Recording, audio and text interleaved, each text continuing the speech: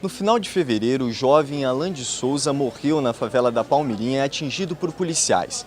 Inicialmente, a PM afirmou que o garoto, estava em meio ao confronto entre traficantes e policiais. Mas depois, um vídeo capturado pelo celular do próprio garoto indicou que ele estava conversando com amigos.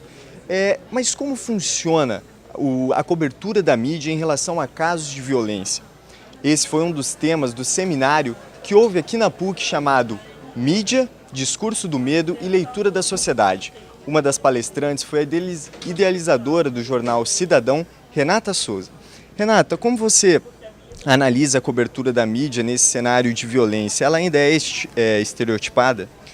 A cobertura, na verdade, ela entra num problema que a gente segue há alguns anos, né? É uma cobertura que acaba por ser rasa, né? Não é uma cobertura que vai investigar de fato o que aconteceu, né? Essa coisa do jornalismo investigativo não tem, na verdade, dado conta do que seria o que aconteceu ali naquele espaço, e acaba que, por exemplo, o discurso oficial, né, a voz oficial de quem fez a operação, que é a própria polícia, aquele que supostamente matou, né, é a que é ouvida. Então, os moradores acabam não sendo ouvidos da maneira que deveria ser. E como os jornais comunitários podem auxiliar nessa cobertura, né, já que você falou que essa cobertura tem algumas deficiências? Na verdade, a comunicação comunitária, como o comunicador comunitário, ele muitas vezes moram naquela comunidade, naquela localidade, é muito bom porque ele pode oferecer uma gama de outros olhares sobre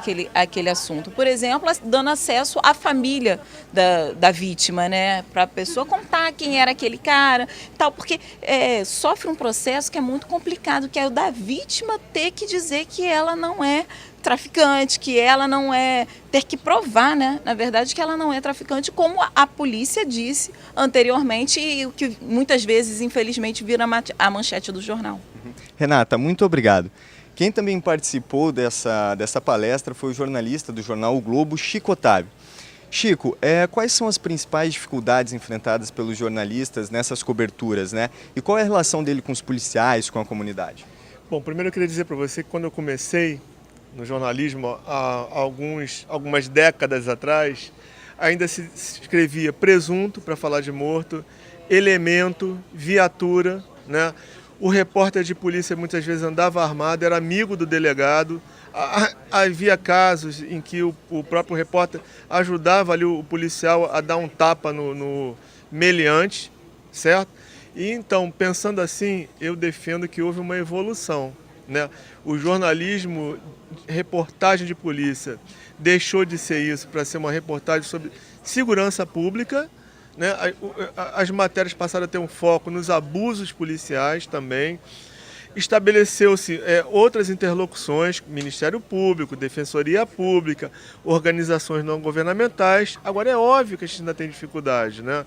Principalmente na identificação de fontes nessas comunidades, famílias das vítimas, moradores que são vítimas dessa violência diária exercida pelo poder público. Então é lógico que a gente tem que melhorar, mas eu garanto, o jornalismo que se faz hoje, nesse campo, é muito melhor do que o jornalismo que se fazia no passado. E sobre dificuldade, para mim, hoje, a maior de todas é a falta de transparência, né? Os órgãos de segurança pública, eles não oferecem aos jornalistas todas as informações e os dados necessários para uma reportagem de qualidade nesse setor. Chico, muito obrigado. Francenilson Clava para o canal da TV PUC Rio no YouTube.